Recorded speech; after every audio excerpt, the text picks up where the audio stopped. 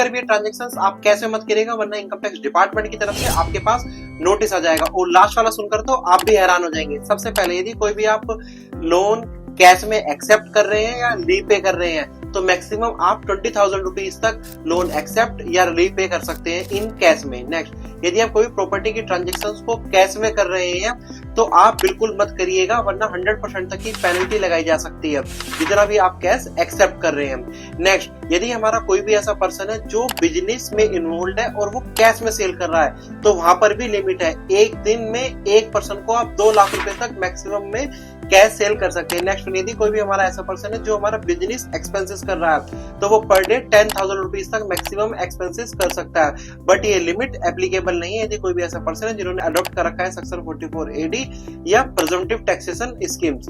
Next, यदि हमारा कोई भी ऐसा पर्सन है जिन्होंने हमारी कैपिटल एसेट्स कैश में परचेज करी गई है तो उसके ऊपर डेप्रिसिएशन अलाउड नहीं किया जाएगा, क्योंकि जो हमारा कैश में कैपिटल एसेट्स परचेज की गई है उसको कॉस्ट में इंक्लूड नहीं किया जाता। नेक्स्ट, यदि आप कैश विड्रॉल कर रहे हैं बैंक से तो उसके ऊपर TDS काटा जाएगा। यदि हमारा कोई भी ऐसा पर्सन है जिन्होंने लास्ट 3 ईयर का अपना ITR फाइल नहीं किया गया है तो उसके केस में यदि अप टू 20 लाख रुपए तक वो कैश विड्रॉल कर रहा है तो कोई भी TDS नहीं काटा जाएगा। 20 लाख रुपए से अबव अप टू 1 CR तक विड्रॉल कर रहा है तो 2% और 1 CR से अबव वो यदि कैश विड्रॉल कर रहा है तो 5% से उसका TDS डिडक्ट किया जाएगा। दूसरी तरफ यदि कोई भी ऐसा पर्सन है जिन्होंने अपने लास्ट सारे फाइनेंशियल ईयर का अपना ITR फाइल किया है तो उस केस में जो हमारी लिमिट है वो हमारी बढ़कर 1 करोड़ हो जाती है। 1 करोड़ रुपए तक कोई भी TDS नहीं काटा जाएगा। 1 करोड़ रुपए से अबव पर 2% से TDS डिडक्ट किया जाएगा।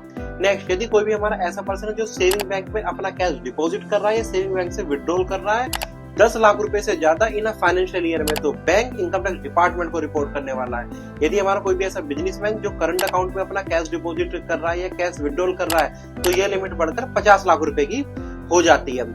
यदि हमारा कोई भी ऐसा पर्सन है जो क्रेडिट कार्ड की पेमेंट कैश में कर रहा है इन फाइनेंशियल ईयर 1 लाख रुपए से ज्यादा तो यहाँ पर भी बैंक डिपार्टमेंट को रिपोर्ट करेगा। सबसे लास्ट और मोस्ट इंपोर्टेंट वाली बात है, यदि आपके पास कोई भी अनअकाउंटेड कैश क्रेडिट आपके पास है, अनअकाउंटेड कैश क्रेडिट बोले तो आपके पास सोर्स अवेलेबल नहीं है उसका और वो आप घर में रख रहे हो तो उस केस में भी आपके ऊपर हैवी पेनल्टी लगने वाली है इनकम टैक्स डिपार्टमेंट की तरफ से। For more information subscribe our channel corporate Avenger. Thank you.